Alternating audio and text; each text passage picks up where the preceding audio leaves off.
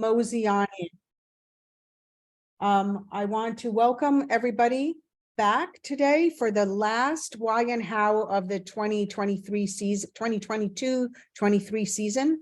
We typically run these from approximately November until April or so.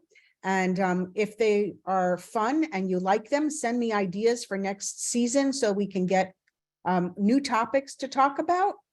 But for today, I want to welcome everyone to Salty About Food Waste with Chef Susan Taves, who is the culinary director at Feeding South Florida.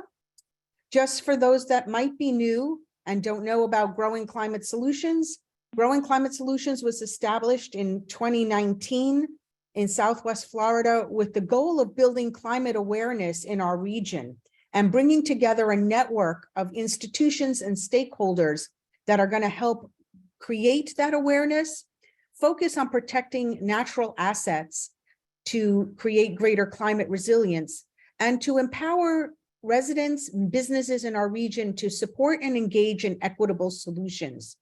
That is the answer. Everybody's voice counts. And when companies and people do the right thing, we're here to sort of make them visible, because the more we show them off, the person who puts solar, the person who installs an EV station, it inspires others to do it, and we become a role model. So Growing Climate Solutions is all about promoting good, sustainable behaviors. And we know that if we do this, we will advance a healthy, prosperous, and resilient region and community going forward. So how do we do that?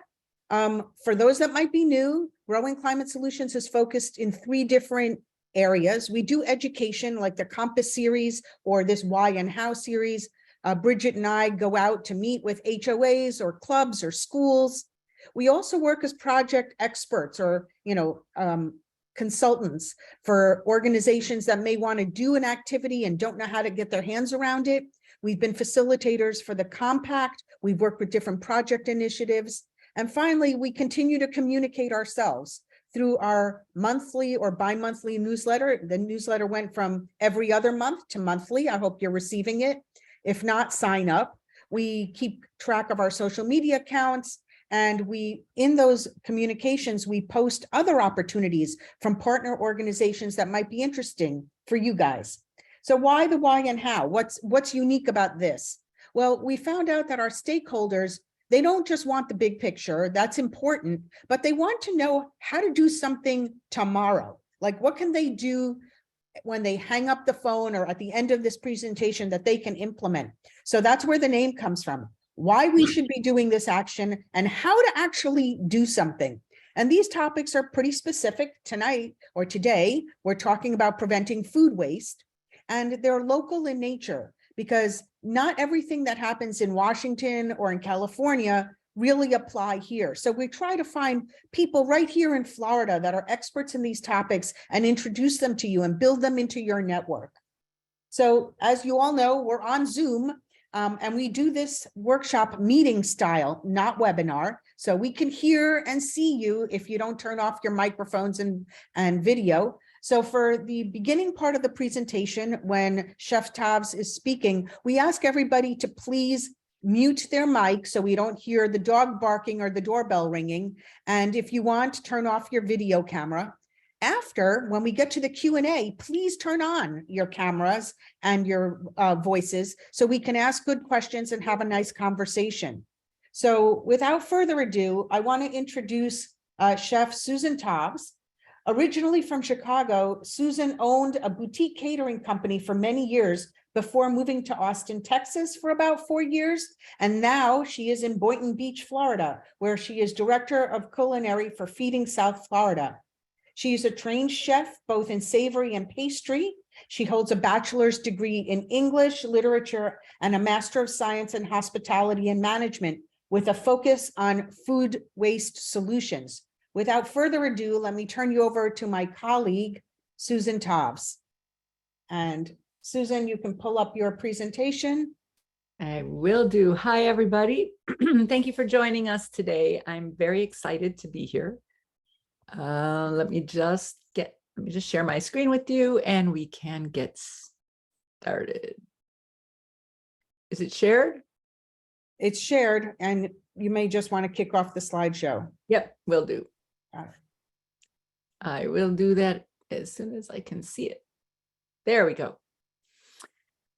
All right. Well, hi, this is really, I'm very honored to be speaking. Food waste has become, a really big topic. And what a lot of people don't realize is it's one of the leading anthropogenic causes of greenhouse gas emissions and global warming right now. And I put this slide up because it just explains the difference of a linear economy when you're thinking of, just using something and then disposing of it. When you think about what we call planned obsolescence in a circular economy, you're thinking ahead about producing, manufacturing, reusing, recycling, and you make a loop. And I think that's really important with food. So why do we care? Why do we care about food waste? Well, more than 1.3 billion tons of wholesome food. And when I say wholesome food, food that can be eaten, food that is still good. And most of this happens post-harvest because it doesn't fit into boxes. It doesn't meet some quality standard, but it's still wholesome. So we'll talk about what happens with that. There are some amazing initiatives throughout the country right now, really working with that. So what happens to food? I was telling everybody that, years ago, I was driving down the road and I threw out a banana peel from my car and I thought, oh, no big deal. It's biodegradable. Well, in fact, it's not. So what happens is, as it sits in a landfill like this, it heats the earth. It converts to methane, which is, an explosive gas. And then it warms the earth, which is, wreaking havoc on our environment in myriad ways. So while forward-thinking businesses are building teams now, 10 years ago, you didn't hear anybody addressing food waste or sustainability. Now, almost every major company has a sustainability director or a sustainability team. We talk about, carbon footing. We talk about all kinds of things, which is wonderful that we're thinking about it now and planning for the future.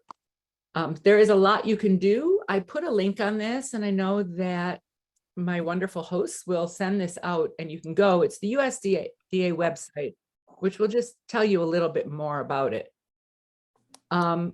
Before we move on to this, let's stop here for 1 second. Let's talk about the history of food waste. So it's really interesting. When I was doing my master's thesis, I was looking at the history of markets and how they were built. And what happened was the food was smelling so bad that they would always put the market sort of on the outskirts of town. Then they started devising irrigation systems.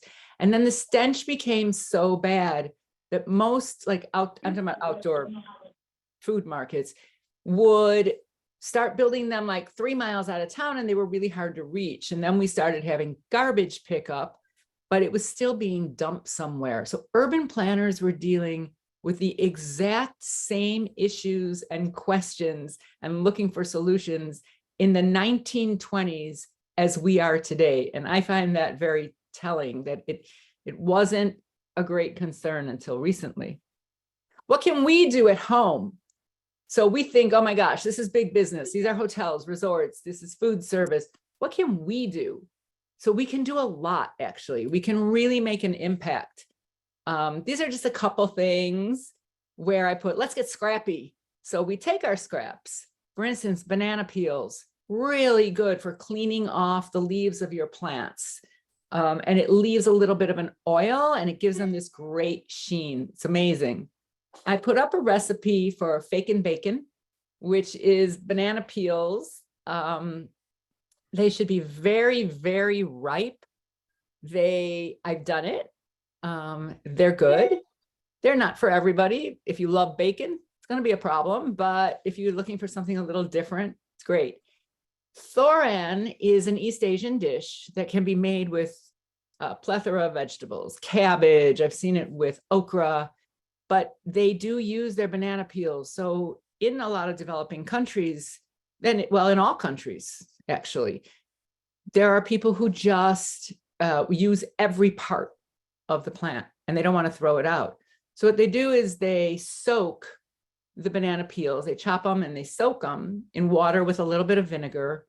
And then they go ahead and use it in this really aromatic, delicious stir fry. And it's delicious.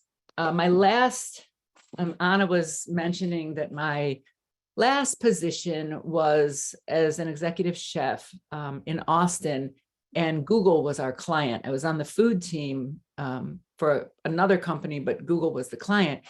And they're very interested in plant forward. And so I worked closely with the GTech team and with the sustainability teams, creating menus, plant forward.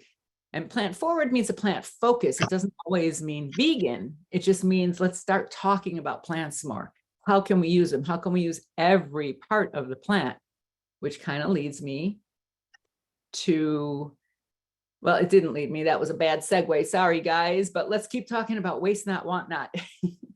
So a lot of people don't realize that you can take those eggshells that you tend to throw out, you can boil them to make them safe for about 10 minutes, and then grind them in a coffee grinder, in a blender, whatever. We put them in our smoothies here, and it adds a lot of calcium and some also protein, interestingly. But you can add them to chicken feed. You can put them in your compost. They're wonderful in compost piles, or you can literally add them directly to plants. I find it's better to do it in compost. Coffee grounds, another one. So there's a guy, I'll tell you about his company later. There were two guys getting their PhDs at Oxford, and they were sitting around having coffee one day, and they looked at the bottom of the cup and saw these coffee grounds that were still very aromatic. So they did some chemical tests, got a couple chemists on board who determined that when you brew coffee, you're only using about 40 to 50% of its volatile oils, its nutrients, and even its flavor. So they have devised a company that sells the oils to cosmetic companies to use in scrubs, to use in oils. And then they also are making something else with it that I'll show you in a minute. But what's cool about coffee grounds, I love it in my compost. It's full of nitrogen. If you do want to use it without composting, just mix it with water, and I'd say about a gallon to a couple pods or scoops of coffee, and let it sit overnight, and then you can pour it in. It can burn your plants if you put it on directly, even though this picture has someone doing it. It depends on the plant. There are plants that you can, but what's really cool, and I did this in Texas and hope to do it here, I'm a little new to Florida, is it's a natural bug repellent, like snails and slugs. And we all know slugs can just kill our plants, you know, they're bad. So this makes a nice barrier around your garden. And again, I love it in my compost. And then I've even, when we were on the account, we even used it as a natural dye, which for dyeing eggs. So 'tis the season, Passover, Easter, whatever it is you celebrate, you can certainly use this to dye eggs, I think you can even dye bread with it. It's pretty cool. Like beets are a natural dye. Spinach can create a natural dye if you're making fresh pasta, etc. So I never throw any of these things away. Oops, I skipped. This is what I wanted to get to. So eating root to stem. Eating root to stem is a wonderful way to avoid food waste. If you buy beets, you know, most people just throw away the stems, the leaves, and they just use the root. Well, the stems are loaded with nutrients, as are the leaves. So I developed this recipe actually, and I'm going to share with you. But you can saute the spinach leaves, and then we pickled the stems and then made a glaze for a piece of salmon. And then also this dessert is out of this world. It's a plant-based dessert. What you see on top there I got some cocoa nibs and whipped up some cream from the top of a coconut can. It just uses coconut milk, beet puree, cocoa powder, and an avocado, which is a nice emulsifier, which kind of replaces eggs in a mousse type dessert. So you'll get this recipe when it's posted on the website, but it's really good. And I taught this class probably 10 times, and it would get full like within minutes because it's a nice root to stem. Another veg you can do root to stem is a carrot. You can use those carrot tops. You can make a pesto. You can saute them. They're absolutely delicious in soup. Same with the celery leaves. They give a really nice flavor to stocks also. So those are just a couple tips for you. Then I wanted to show you a little bit about what some major companies are doing, because McCormick and Company, although a bit quiet about their activities, they have really made a lot of headway in Africa in helping develop very sophisticated irrigation systems, supplying fresh water, partnering, as I say here, with World Bank Care, USAID, and ensuring that everything is responsible and renewable. So when they plant for their spices, when they plant, they've worked with the farmers very closely to plant in a rotation that everything is renewable and it doesn't ruin the soil or kill the land. The irrigation system that they developed is absolutely amazing. And then they did this reverse osmosis water system in Madagascar that they're very proud of. So yeah, go ahead and look at that link if you have a chance, or you can just read the slide. But it was nice to see, an American company doing something profound. This is who I referred to earlier. So BioBean, one of my favorites, is where these guys noticed, what was left in his Americano, and they built a team that now collects spent coffee grounds from coffee houses and restaurants all over the UK and develop this carbon-free pellets that they use as charcoal, which is really amazing. So I wish that they would bring it here. Hopefully they will. But this is a great way to think about, repurposing, reusing, and putting back into that circular model. And then also getting a return on your investment. So what can we do? Well, we can think about expiration dates. Well, now that I work for Feeding South Florida, and I realize we get a lot of donations of products that have an expiration date, but actually we can use our common sense. If you call a company, say, what does this expiration date mean? They'll say, well, it's suggested. So if you smell it, if you taste it, if it doesn't have visible mold, or if there's a spot of mold like on sour cream and you can pull it out, or on cheese, the rest of it is still probably pretty good. So since I'm so salty about food waste, I also take expiration dates with a grain of salt now, especially after working at a food bank. And I see this wholesome, wonderful food coming in that can still be utilized. Often with meat, you see gray on it and then people don't buy it. But gray is only oxidation. So it just means some oxygen has hit it. There's probably nothing wrong with it. Couple tips for keeping food fresh: freeze, freeze, freeze. I freeze everything. Freeze herbs in ice, little ice tubs. Really, really great. Compost, donate, and implement a circular model in your municipality. Engage the stakeholders. People will be invested if they know how much damage this is doing to the earth, and that you want to tackle, mitigating it, and you want to take on a project. It's shocking to me, I'm from Chicago, and I know that we had, municipal compost facilities in most of the suburbs, and not so much in the city, but there were urban gardens in the city where we could drop food off to. but, start some bins, find a little urban garden and start growing and composting. Vermiculture is another one we didn't cover, but coffee grounds are good for that too. So that's just with worms, a little simpler, but you have to test the pH and it has to be monitored. But there's loads of online classes about soil and composting and etc. And then build your teams like we're doing right here to execute your strategy. Oops, wrong way. Yeah, so this is just a little with change management happens with social awareness, environmental awareness, showing how change will impact externally and internally, and planned obsolescence. How do you influence change?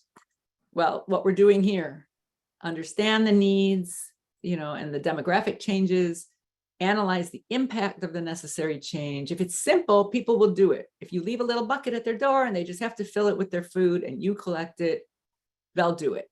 There is one, I'm on the other side of Florida. I know that there's one composter around here where they'll pick it up and they'll compost it for a minimal charge. But I think on Southwest Florida, I was hearing that there's quite a few initiatives going. So, or do a local one, develop teams and have an effective plan.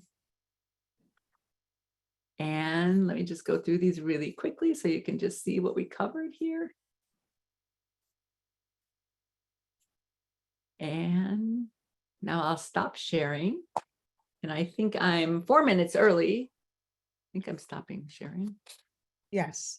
To take any questions, suggestions, comments, otherwise. Well, thank you, Susan. I hope everybody can turn on their video, their camera, so we can see everyone and we can entertain some questions. I can start with a couple of questions.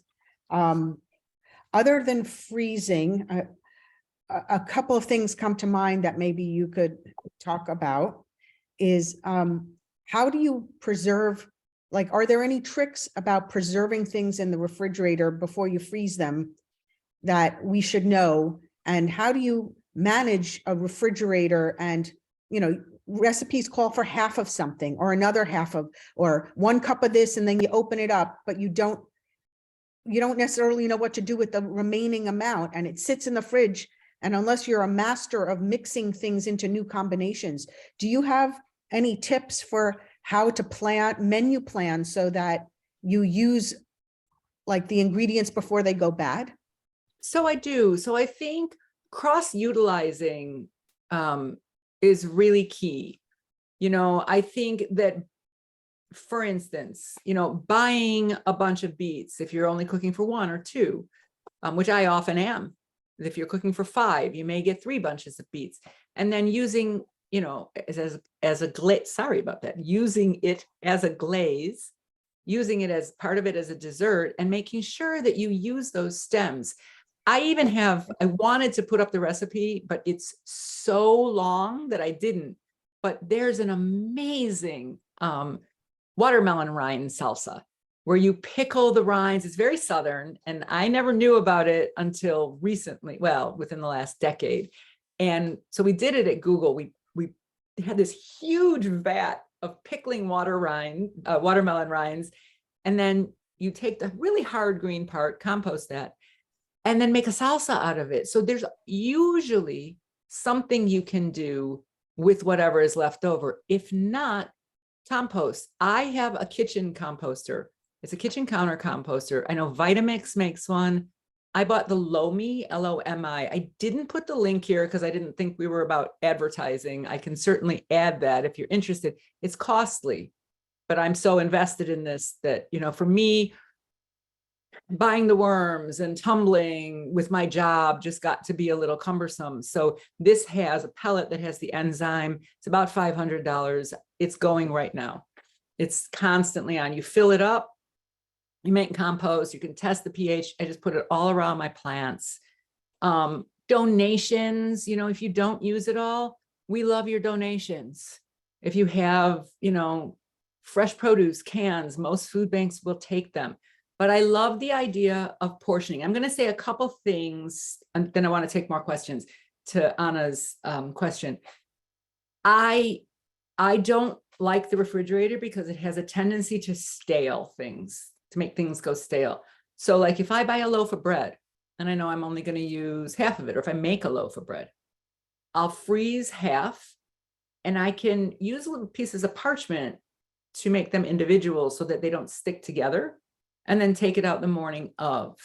There's so many ways. I don't like using a lot of plastic, but portioning, buying appropriately, you know, we eat with our eyes, not our stomachs first. We eat with our eyes first, then we eat with our stomachs. And I think that if you go to the grocery store hungry, you overbuy. I do, or I buy quick food that sates me momentarily. And so I'm trying to buy fresh produce. Something else that we have been talking about buying locally. For produce, I buy local. I love of course, I love my imported olive oil and truffle oil and all of that. But for produce, I really like the farmers markets. It doesn't travel far. It's not a big carbon footprint. It's better. It supports local farmers. So I like it. Well, I'll open it up to others. Just wave at me, put on your pictures so we can see who is asking questions. I don't like to monitor the chat if we can avoid it. Anybody have questions for Susan?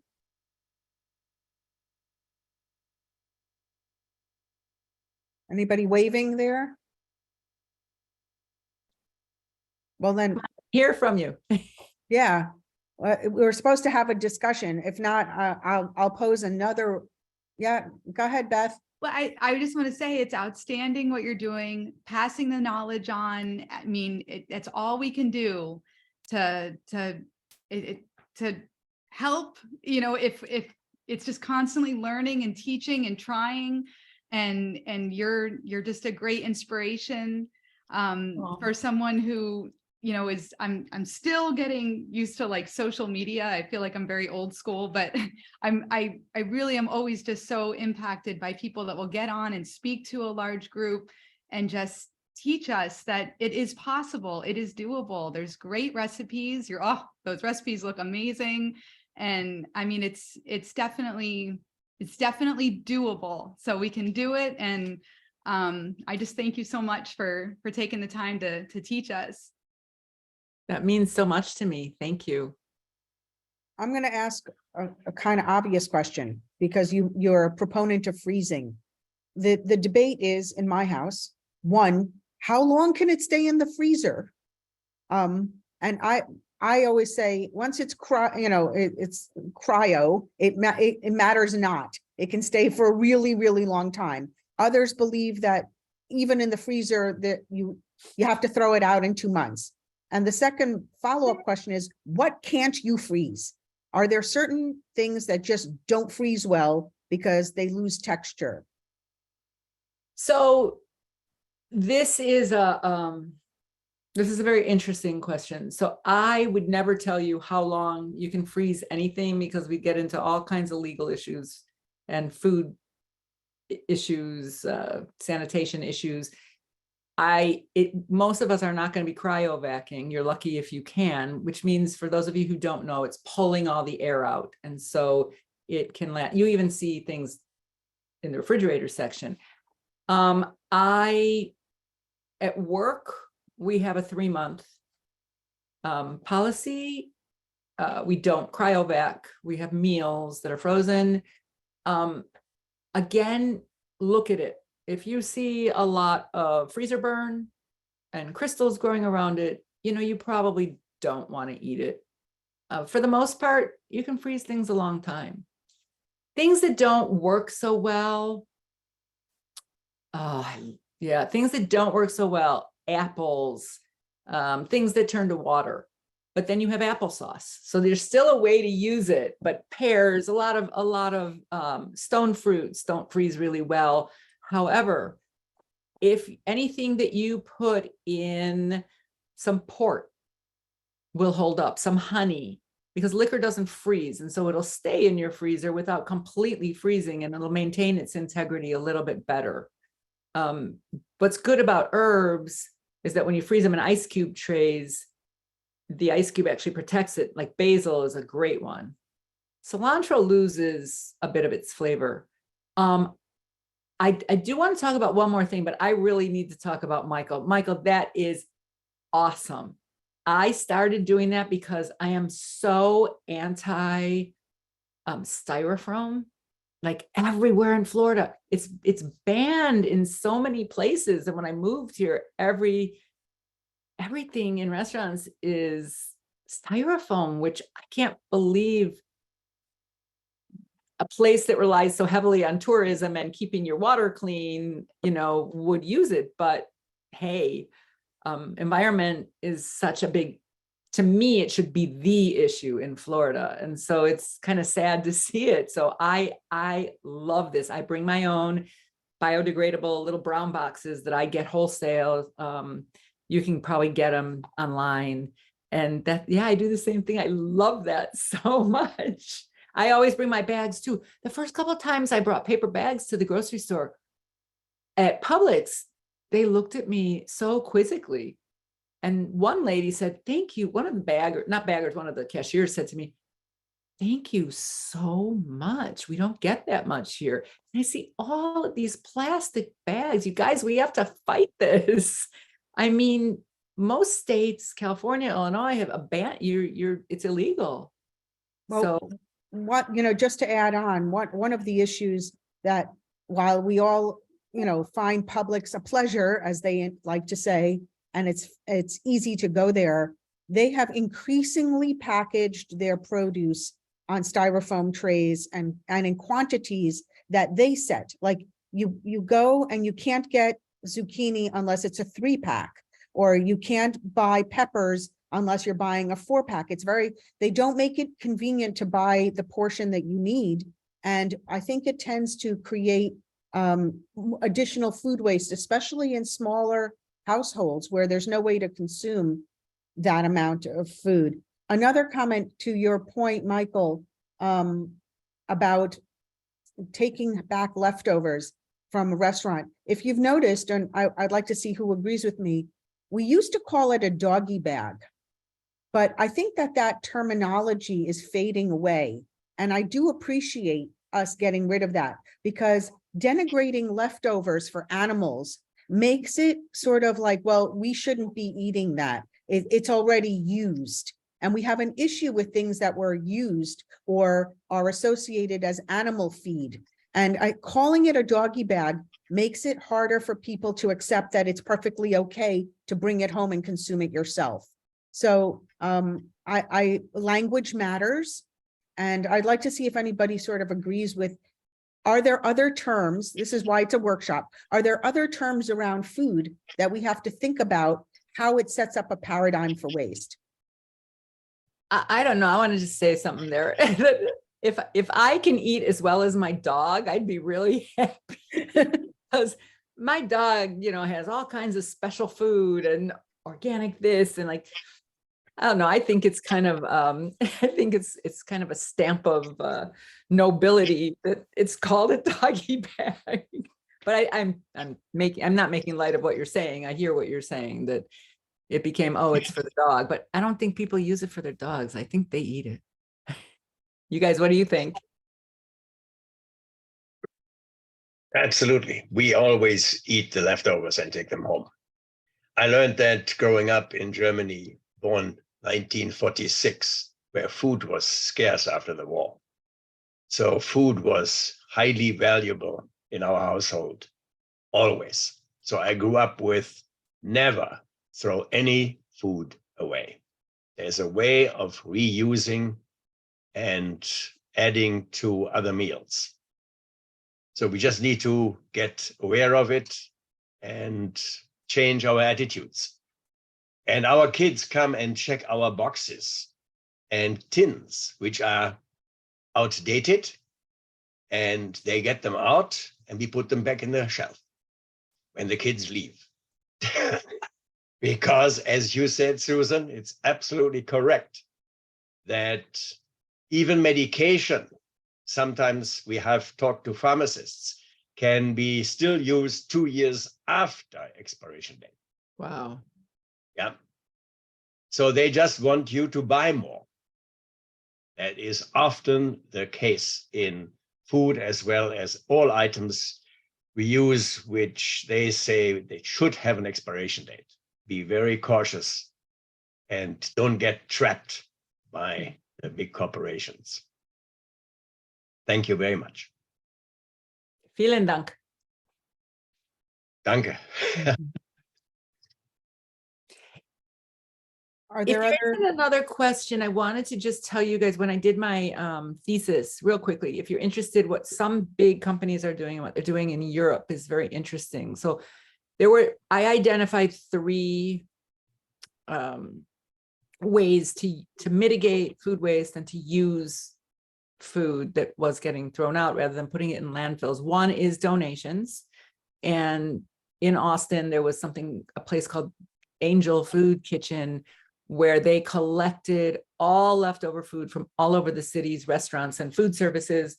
And then they had a soup kitchen where they would just put it all in a big grinder and, bring it all up to temperature and feed the homeless. There's a very bad homeless problem in Austin.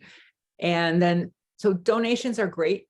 Second is composting. This is the most popular, but there is a third solution that is my preferred solution that I'm hoping that the United States starts utilizing more outside of big agriculture, and that is anaerobic biodigesters. And so what those do is that they convert your food waste anaerobically into, and it digests and turns it into methane, carbon dioxide, and uses it as an energy source. And it's really amazing. I don't know why we're not doing it here more, but I have heard more and more pop-ups coming up where some of them are still making compost tea, but some are trying to turn it into an energy source, and they are using it quite frequently in Europe right now. So I just wanted to let you know that that could be a future possibility. We may be hearing more about that. There's also an app that I wanted to share with everyone here. I'm not sure it's available in this market yet, but we should push, regionally to see if we could get somebody to organize this. It's called Too Good to Go. And it's an app where restaurants at the end of their prep cycle have extra food, extra donuts or extra meals, and they put them on the app for fractions, like a couple of dollars. And Awesome. you can reserve that and drive by and pick up an entire meal from a restaurant that just wasn't served, because they don't know what to do with it until tomorrow, and they have to follow certain rules. So let's say a donut shop is closing at 6 and they still have 24 donuts. They'll put it on this Too Good to Go, and anybody who has the app will be alerted in that region. There are 24 donuts. Sometimes it's free, sometimes it's like $1 or $2, and you swing by and you pick it up, and then the food doesn't go to waste. And they use the power of, knowing where, the geo coding to know where you are and where the food is, and it connects people with surplus food. And it's a certified B Corp. It works very well in New York City. That's where I first found it. I'm not sure if it's functional in South Florida anywhere yet, but it's an interesting model. It increases revenue for the restaurant that would throw it out. It provides inexpensive food for people who want to pick up a bargain, and it reduces the waste that goes into the landfill. And you can find it on toogoodtogo.com. Ugly produce is it? Any other questions or conversation? Ugly produce is a good one too. There are a couple companies that started by taking foods that didn't make it to market that are fine and maybe just don't look aesthetically pleasing. Several of them. I'm on a couple. I go to a lot of their panel discussions, and it's good to see this happening. There was a little pushback on that company saying that when they started marketing that to the public, the, misfit vegetables or ugly vegetables. It took away from the food banks that relied on that flow of food to serve food banks. Do you know if that's true or that's just hype? I read it. Mhm. I think they were either absorbed or bought by another company. I haven't kept up. I ordered from them pretty regularly in Texas. And there are a couple competing companies. Oh, when I did my master's, when I did a business case, I mentioned a lot of them. But something else that brings up is you can get CSA boxes, which are more portion controlled. And CSA boxes are amazing. Another great way to control, to shop locally and control your portions. You can double up What's with a CSA? neighbor, double up with a neighbor. That's a great idea too, What's CSA? It's agricultural. I can't remember. Community supported agriculture. I couldn't remember the middle one. I knew community. And Yeah, it's community source. supported ag- But it's- We have a couple of them in the Naples area. At least we used to. But yeah, you they're had to wonderful. you join them at the beginning of the season, so they know how many people they have that they can count on for deliveries and where the deliveries have to be made. Yeah, I lived in a little townhouse complex when I first moved to Austin, and there were about 4 of us who got together and we would just order big boxes and then split it up. It's pretty wonderful. Community supported. I was going to say community sourced. Okay, community supported agriculture. I just want to say, I agree with Anna about Publix. I have been really disgusted with them. Except for the apples and the lemons, that's about the only thing that I would buy there in bags, but they're forcing you to buy in, with numbers. I live by myself, so it's very difficult for me to have to buy something in like 3 or 4 of something, because I'm just won't be able to I can't eat it fast enough. So, but we tried a couple of years ago on, I think there was some people I remember that went in front of Publix and they dumped all of their plastic out front that they had accumulated from shopping there for over a week's time or whatever. But that didn't seem to make a dent in what they did. They just put more of it out. 2 quick questions. Yeah. Yes, Tyler. One is with the Publix conversation. I was under the, maybe can't do it anymore, but I was under the impression that although they're not real happy about it, you can take that package of 4 and go to the produce manager or whoever and say, I don't want all 4, I just need 1, and they will package just 1 for you. I remember people doing that, and or I don't need 6, I just need 2, and then they'll reweigh it and put a new label on it. And they might give you a dirty look because you're a pain in the neck, but you only need to buy what you need. I don't know if they still do that or not, but I remember that being an option. That's my first statement. Second question is about the biodigesters. Anna, if I remember correctly, at our tabletop discussion, we had a gentleman who was part of those anaerobic biodigester companies, and he was pushing that a lot and was exhibiting frustration in not getting anybody to listen to him and to listen to his pitch. Didn't seem to be a downside, but he was targeting cities and counties and towns and places like that, as opposed to individuals. Is that the same biodigester that I'm talking about? It may not be the exact same one. There's a couple companies. There's a new company called Hungry Giant. Does that sound familiar? No. No, his group is, they're part of Gravitas Infinitum. They're looking at Carbatura, which is a large biodigester at the municipal scale. And I think some of the drag on converting this technology is there are systems in place that have been around for decades, where you have a hauler, the hauler takes it to SW, which Solid Waste Authority burns some of it for energy and then calls it recycling, even though it's really not a good source of fuel because it's wet and soggy.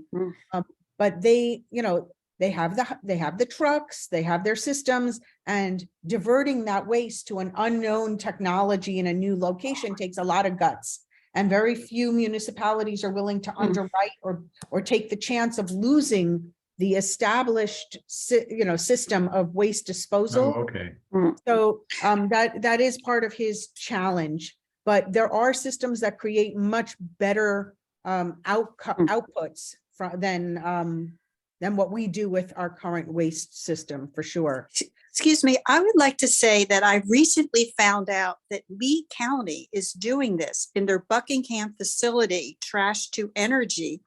And I'm going to go up there later this month with a group of volunteers from the Conservancy, and we're going to get a tour of their facility. But they do have this in place on a large scale, and since the 1990s, and I never knew this. Yes, it's a huge facility, and it's a fascinating tour. They call it their waste to energy. Yes. And it was, it took it eliminated the need for landfills in Lee County. And it's like the bridge of the enterprise when you go into their control room with all their screens and dials and all this kind of stuff. It's quite an operation, and you can stand right next to it and it doesn't smell bad. They Anaerobic, yeah. They capture the smoke and burn the smoke, and so there's no waste like that. Actually, the dog park out there is right next to it. And people will look over and say, what's the smokestack from? That doesn't seem to be doing anything. Because it's really, really, really efficient. But that It's a is cool tour too. That's a burn to energy of everything. It's not a biodigester, is it? Correct. Yeah. Right. They just And collect everything. I think and they burn it. separate some of the land. At one time they used to separate the landscape stuff and burn everything else. But I'm not sure if they'd still do that or not. Right, but that means that your clothes and your television and the plastic that you're throwing out in your garbage is mixed in with the food waste. And what's a shame is that the food waste is a complex carbon, and it really belongs back in the soil. Yes. As soil, amending the soil, which we have very sandy soils here, and we need to constantly add nitrogen and fertilizer to reinvigorate our soils for our landscape, when we're actually taking those complex carbons and burning them for energy and electricity, which is kind of crazy. We can still run the energy conversion, but we should be separating biosolids and converting organics into a more organic waste and plowing it back into the earth instead of burning it for fuel. Which kind of goes back to what Susan was saying about separating the more compost type things and collect them in a separate container and use them differently. Cheryl? When I go up there, I'll ask them about that, because I'm not sure what they do if they separate their organic compounds. I do know they say they capture the carbon, so when they do burn it into energy, they're not letting that out in the atmosphere. But I'll find out about that, see what they do. Well, we're almost at the top of the hour, so I'm going to wrap it up without putting on the PowerPoint, but just wanted to tell everybody that it's been really great to do this throughout the year. We may be planning something either for the summer or again, kicking it off in September. We'd love your input on the topics that you find interesting. You know where to find Growing Climate Solutions. Send us an email with 2 or 3 ideas. If you know a speaker that we should reach out to, or you've heard speak in other venues, please let me know, because after 2 years, we're constantly meet new people, but identifying cool topics that will bring people together at lunchtime isn't so easy. So please do that. Continue to sign up for the newsletter. We're going to continue that over the summer, but as we move off season, we're going to wind this down until next October or September. Do look out for the email that will come from Bridget probably, or from me. It'll have a summary of this, the link to the presentation where you can actually go back and look at those recipes. And let us know what else you want to hear, because there are a lot of changes that happen once you have a friend that does it, like, and you talk about it, and that will, you know, spur you to be more experimentative with your own foods, and make new combinations and try new things. So on that note, Susan, thank you so much for sharing some of your knowledge and wisdom with us. We hope that everyone, as they're preparing for these coming holidays this week, keeps in mind the food waste and what to do with your leftovers. Talk about it at your table, because nothing makes it more acceptable to take new ideas than sitting and listening to your friends talk about their experiences. So we all have an opportunity, whether we're hosting or going to an Easter or Passover event or Good Friday or any other celebratory meal, to talk to the people at the table about what you learned today and help spread the gospel, as we say. Thank you And so much. Just remember, save your peels, save the planet. Eat stem to root to stem, root to stem. Ruth to Sim. Thank you. Thanks, everybody. Thank you so much. Thanks. Bye now. Bye. Bye.